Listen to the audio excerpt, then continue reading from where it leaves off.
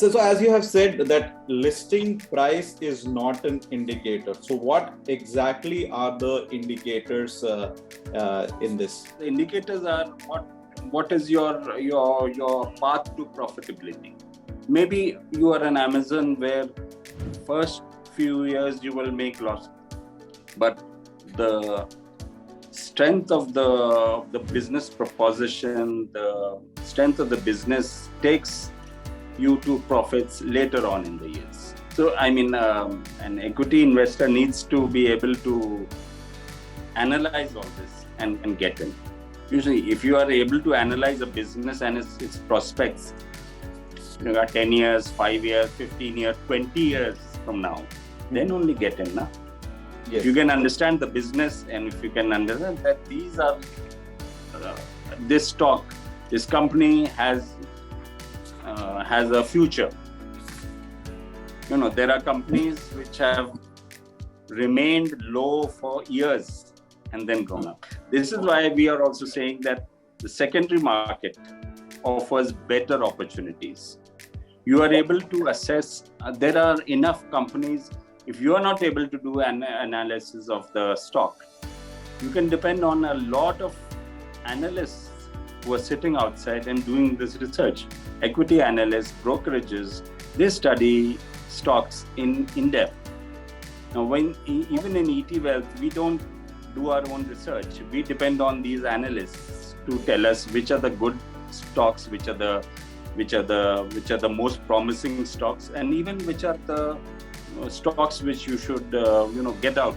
So secondary market, which is well researched and analysts are tracking it, is a better way of making money than the IPO market. I sincerely believe that the IPO market is not so much a money-making machine as the secondary market is. We have just seen an HDFC Bank, and HDFC has announced a merger. Yes. The kind of returns that HDFC Bank has given to its investors over the years, and HDFC Bank is one of the most recommended stocks by analysts. So they know.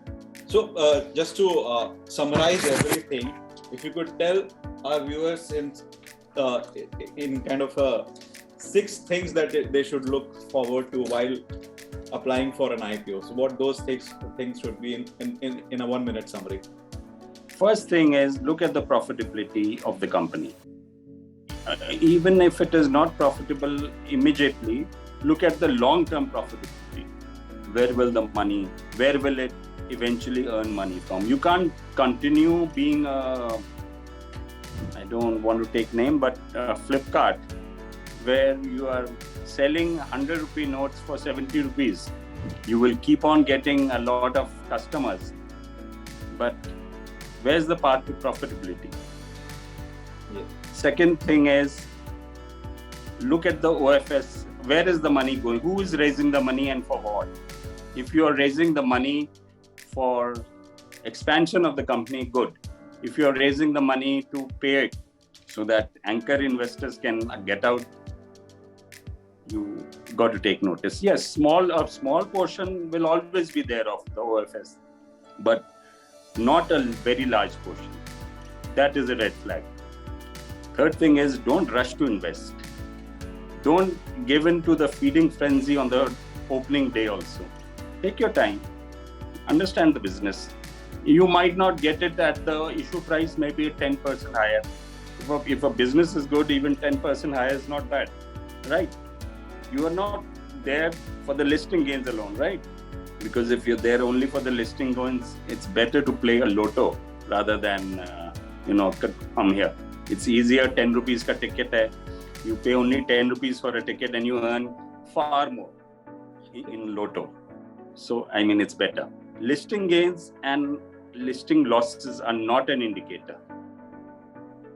If a company is bad, it'll eventually come down to and even go below its issue price. If a company is good, it will rise from below the issue price to a very high numeral. Secondary market, always remember, offers better opportunities. much better. And I dare say also that secondary market opportunity is best captured by experts through mutual funds. You are in a much better situation holding a mutual fund rather than holding individual stocks. Now, I know you might say that you, as ET Wealth, you are at one point you are saying buy stocks. On the other hand, you're saying stay in mutual funds. Mutual funds are also stocks. If they are investing in stocks, you are still investing in stocks. Thing is, a fund manager will be able to understand and foresee a merger of HDFC Bank and HDFC much ahead than you as an individual investor would ever.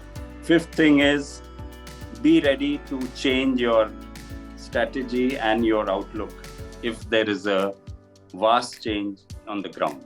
A policy change might just change everything for a company. As we've seen in the telecom sector, there have been policy changes which changed everything for some companies. There was a tax issue, Vodafone just got hit by that tax issue. So be willing to change your strategy. Again, here I would say for the individual investor to be able to see that change coming and make changes in the portfolio is far more difficult than what a fund manager of a good mutual fund will be able to foresee. He will be able to see the changes that are in the pipeline. He might be able to see the changes in the business environment and make changes in the portfolio much ahead in time. You are better off in a mutual fund. Simple. Just look at the day you invested in some stocks. On that day, if you had invested in a good mutual fund, any top 10 mutual fund, I'm not saying the best, I'm saying even in the top 10 percentile, in the top 25 percentile, I would say, there also you will eventually make more money through mutual funds than you will in individual stocks.